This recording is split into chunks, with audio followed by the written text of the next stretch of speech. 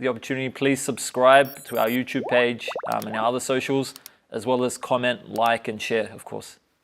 I have with us today Sheikh Haroon Kanj. Assalamu alaikum, Sheikh. Wa alaikum assalam, Brother Hisham. Jazakallah khair for your time. Inshallah, today we're talking on the topic of, does God exist? Inshallah. So we'll be addressing this comprehensively. To start off, Sheikh, on this question, where would we start? If someone's having this question, where should they start? Bismillah, alhamdulillah, wa salatu wa salamu ala rasulillah wa ala alihi wa sahbihi ajma'in. This question, really, if you think about it, it is one of, if not the most fundamental question that all human beings ask themselves and want to, find out the truth behind it. Yes. Why? Because if you think about it, part of our nature as humans, and this aspect of our nature, you don't really find it in other creatures upon this earth. Mm. It's part of our nature that we like to understand the world around us. We want to, have as much understanding, comprehension around, about the world around us. So part of that naturally is, does God exist? We've been answering it for a very long time. It's not something new that has come about, for thousands of years. And it's a question that's not going to go away anytime soon. Would you, sorry Sheikh, just on that, would you say that's part of our fitrah? Of course. Part of the fitrah that Allah subhanahu wa ta'ala created in man is that he has to understand the world around him. Yeah. Part of understanding this world around him is, where did all of this come from? Yes. So it leads to that question automatically. No. Where would you start in answering this question really? Mm-hmm. That's the important thing to mention. If you think about it, before you answer that question, does God exist? First of all, I have to ask myself, do I exist? Do I exist? It might seem like a silly question, but really there's people that have questioned this over the history of men. There were certain people that would doubt even the existence of themselves, or they would doubt the conclusions that they would come to, the understandings that they had of things. They would doubt everything.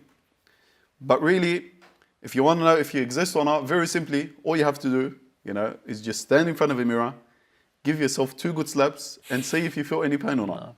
No. If you're still doubtful, then, living here in this country, and in the West especially, stop paying your taxes and see what happens as a result. See when the ATO catches up with you and gives you the fun of your life, if you really exist or not. Okay. And if you're still doubting it, then, go rob a bank and see the result of it. You very soon and very easily come to the conclusion that you do exist. Reality, yeah. Yeah. So seeing that I exist and my physical body is before me and it is complex and it's a work of design and art, there's also another aspect of me as a human, my mental aspect. Once you start to, read up on that and, see what the scholars, the doctors and experts and scientists have said, it becomes even more complex. Mm-hmm. Consciousness. What is this consciousness that we have? Very, very dark, very unknown. Delve a bit more deeper to the essence of man, which is the soul. What is the soul? You're completely left, gobsmacked. Mm-hmm. That's why the scholars have a famous saying, they say, Man arafa nafsahu arafa rabbahu. The one who knows himself, that knowledge will lead him to know his Lord. No. Once you look at yourself, you reflect upon your creation, you find very easily that you are a work of God. You are a work of design. Then after that, look around you. You look at the heavens, the earth, right, left. Again, you can't deny that there is design, there is art taking place wherever you go. Like the Arab man of old said, he has a famous saying that's mentioned in the books. They say, البعرة تدل على البعير والأثر يدل على المسير ليل داج ونهار ساج وسماء ذات أبراج وأرض ذات فجاج وبحار ذات أمواج أفلا تدل على الصانع الخبير. Beautiful, precise, simple words from an Arab Bedouin that didn't have much knowledge, but he had understanding. He said, if you look at it, once you come across the droppings of an animal, you realize that there must have been an animal that passed through this place. When you see footsteps, that means automatically that someone's walked through here. Yes. If that is the case, then when you see the alternation of day and night, when you see the heavens filled with all the stars, millions and trillions of stars, when you see the earth with all of its rivers and paths, when you see the ocean with all of its waves, doesn't all of this automatically lead you to believe that there is a sani', there is a creator who is all-knowing that brought all of this into existence? So similarly, after reflecting upon yourself, upon the creation of Allah, you come to the conclusion that there is something or someone that brought this into existence. No.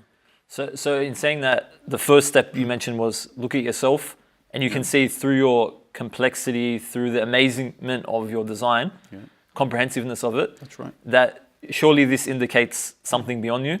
And then when we observe the outside world, we can see something similar. It's preciseness of how the universe is structured and created and things like that. Really, you're left with one or two possibilities. No. After seeing the complexity of the world around us, either all of this came out of nothing, or someone or something brought it into existence. Now, for a sane person, sincere human being, obviously, he'll opt for option 2, that someone or something brought this into existence. You know, I'll give you an example to clarify it a bit more. Imagine you had someone that had a typewriter, you know, or let's say a wireless keyboard. This wireless keyboard, he took it up to a very tall building. He walked up the stairs all the way to the top, and when he got up there, the typewriter or the keyboard, he threw it down the stairs. So this keyboard started to tumble down slowly down the stairs. Obviously, on its way down, its keys would have been pressed many times. And then eventually reached the bottom of that building. When the man came down, you know, he picked up this keyboard. He checked the screen that the wireless keyboard was connected to. To his surprise, he found that the keyboard had written up a whole volume of work, a whole story. Yes. You know, by mere chance. If you were to tell someone that story, he will think that, you know, you're with the fairies. True? Okay, maybe a word or two would have come together by mere chance. But a whole volume to be written up by mere chance of you throwing that keyboard down, very hard to believe. What's harder to believe?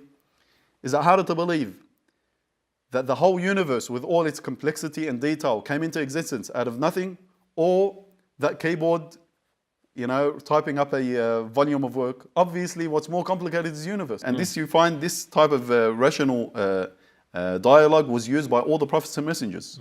You know, as Allah subhanahu wa ta'ala mentions to us regarding the prophets, قالت رسلهم أفي الله شك فاطر السماوات والأرض. The messengers would say to their people, is there any doubt in Allah? How can you even doubt the existence of Allah? Is there any doubt in Allah, seeing that He is the originator of the heavens and the earth? So this was always used by the prophets and messengers. Another important point that you find in the creation all around you is that it is always changing. Yes. Everything is nothing is ever the same. It's always changing. There was always change taking place. This change, you know, even, you know, the scientists, they say in your body, every second that goes past, you know how many chemical reactions are taking place? Not millions, not billions, trillions of chemical reactions taking place every single second in your body. Yes. So that's only you. Imagine all around you, how many, you know, chemical reactions and things taking place all around you in the universe. This also indicates that someone is in control of this change and has brought this change into existence. Right. Again, you know, it's pointing you to a creator, a designer, the change that is witnessed all around you. In saying that, Sheikh, could someone say, well, that's just cause and effect? That's what that thing is meant to do, and that's what it's meant to lead to. Beautiful. Cause and effect. But who caused that cause to begin with? Yeah, it has to have started somewhere, true? There has to be a point where it all started from. What we're saying is God is the causer of all creation.